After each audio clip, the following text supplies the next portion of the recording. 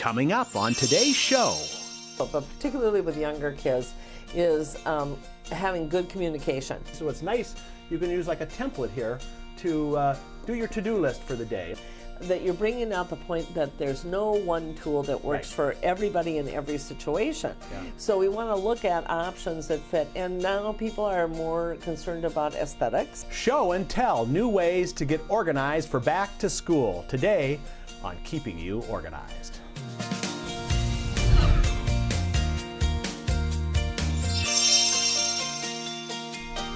Hello and welcome to Keeping You Organized. Today we are getting ready for back to school. Never too early for that. And you know, one of my great memories of school was show and tell. You know, when you bring the little frog in the box and say, look at this here. Well, we're not going to quite do frogs in the box, but we brought Louise Kurzika. I don't know how that's a terrible transition, but anyway, we're going to talk about show and tell, but really more importantly, not just so much about products, but about how do you use certain things to get organized for school? Because, you know, school kids tend to have a lot of paper they're dealing with still. They're not all digital yet. Well, there's a lot of categories of information that we're managing in terms of school and kids. So there's no one tool that's going to kind of do everything. And it's important actually to have separate tools for certain things for us to be organized. If we try to use one tool, we're probably going to fail. So we're going to talk about a lot of different things in this show. And we're going to tie it to products, you know, not necessarily because we're trying to push products on people, but because, again, you know, these tools will help you get organized. So let's start with just the, you know, maybe the elementary to junior high level kids and some of their common challenges in being organized for school. Well, one of the things I think in any household, but particularly with younger kids, is having good communication. So that's communication to the kids and back from the kids to mom and dad. So a communication center is very important. That can be a dry erase board, it could be a bulletin board, or it could be a...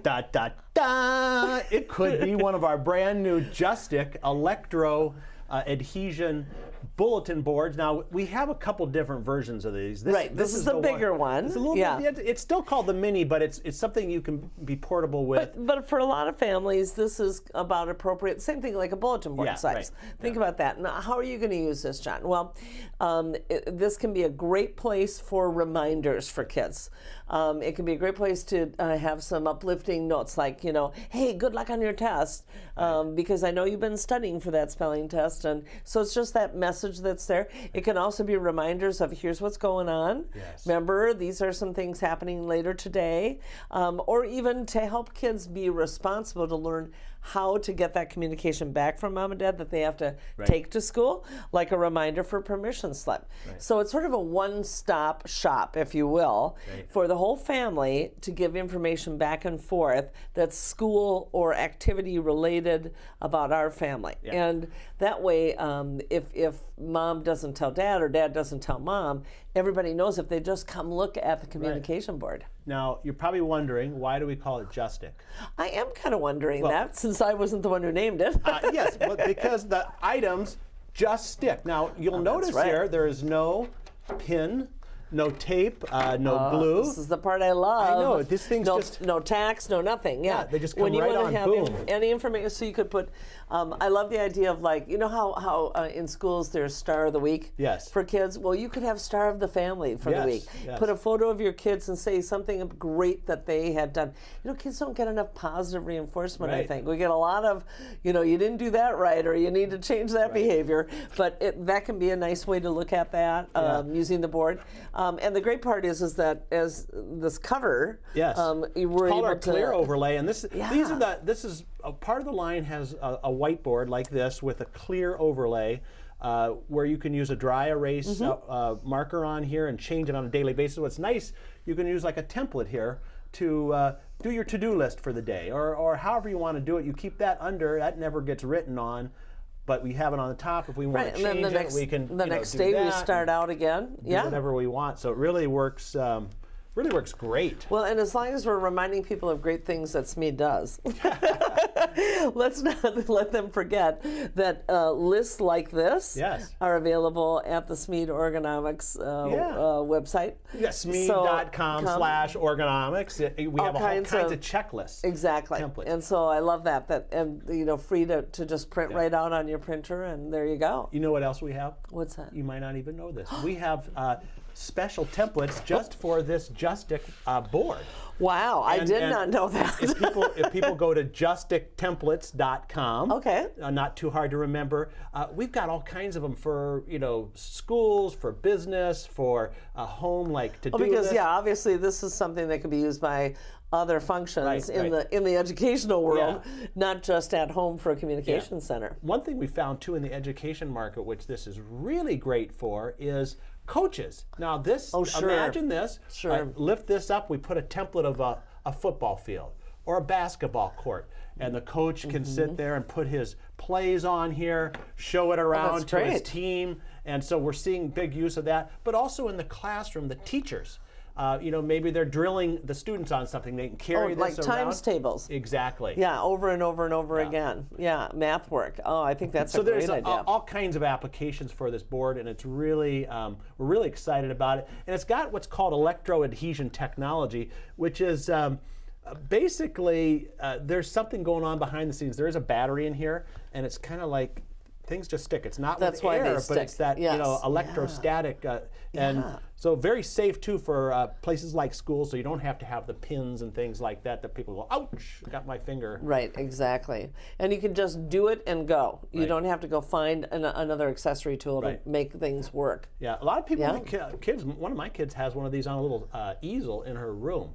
So, and they can write notes to themselves, and I mean, just all kinds of applications. With the smaller version, if kids are needing to write a paper, let's say for school, you can use that as the project list, and then they can knock things off as they go. But it gives them a small reminder there. For people listening to the podcast and not watching, you'll have to go to smead.com/podcast, and so you got to see the visuals on this because it is a display. So now it is neat. Here's another version of this, and I'm going to just borrow from our other board here. Why don't you talk a little bit about this? So this is the smaller size, and I like this smaller size, again, for more individual use or for a specific use. So, for instance, one of the things that this occurred to me, which is a nice use in the kitchen, if you have it there, is the recipe that you're working on. Oh, yeah. Or if you had a specific kids, everything that I'm giving you that you got to take to school is right here in terms of like permission slips. Reminder, whereas that's more of a positive communication board. If you didn't have that larger size, or it could be for gift cards. Could be for specific coupons for services like dry cleaner, oil change, carpet cleaning, those kinds of things, so that they're handy and available, and you remember them. Because otherwise, you go to make the phone call to order the carpet cleaning and you can't find the coupon. So anything that you're wanting to keep visual and available this is a great tool for. Yeah, and they got a really good form factor and look. So again, we have these in a variety of sizes. And all the way from this desktop version to the mini to this is the great large with it being like an easel. Yeah. So you can really put it on any flat surface, which makes it easy to move around too. Great. Well, we're going to take a quick break here, and when we come back, we're going to go away from technology, and we'll talk about more show and tell, new ways to get organized for back to school. We'll be right back. Now there's a place just for you. Life can be busy, and you still have to keep it all together. That's why you like to be organized and in control. Introducing MyOrganized.life, a special place where you can get ideas and solutions to organize what's important to you, your important papers, your important decisions, your important life events. We show you the ideas and products to stay organized in your life. See what's new. Stop by and say hello. Visit us at any time at www.myorganized.life. It's just for you. MyOrganized.life by Smead. Find us at www.myorganized.life. myorganized.life. We are back on Keeping You Organized, talking about show and tell, new ways to get organized for back to school with Louise Kurzika, everythingstogether.com. Hi, John. And this has been an exciting time of year for kids. You know, they get all, worked up about school. Maybe that some don't want to go back, but some of them are going into maybe new grades where there's more responsibility, more things to do. Right. So and more information and communication now coming from school home. Yes. So we just talked about how in the home to manage some of the communication, but another key piece in the flow of information is that what we call the take-home folder. Oh, yeah. The information that the school is sending back, and usually for those younger kids, that's what there is a take-home folder. Kind of like the Pony Express, right? Exactly. So a little tip on this. Most people would tend to, and most of the clients I've worked with, will grab a paper folder, just a 2-pocket folder. And I can tell you that with most kids, probably 2 to 3 times in the school year, you're going to replace this. I thought you were going to say 2 to 3 times in a month, because these are very... Well, yeah, the fact that they're in and out every day of the backpack means that they're going to get rained on, they're going to get spilled on, they're going to get ripped, torn. So a better choice is this nice Smead poly product, which is a 2-pocket folder.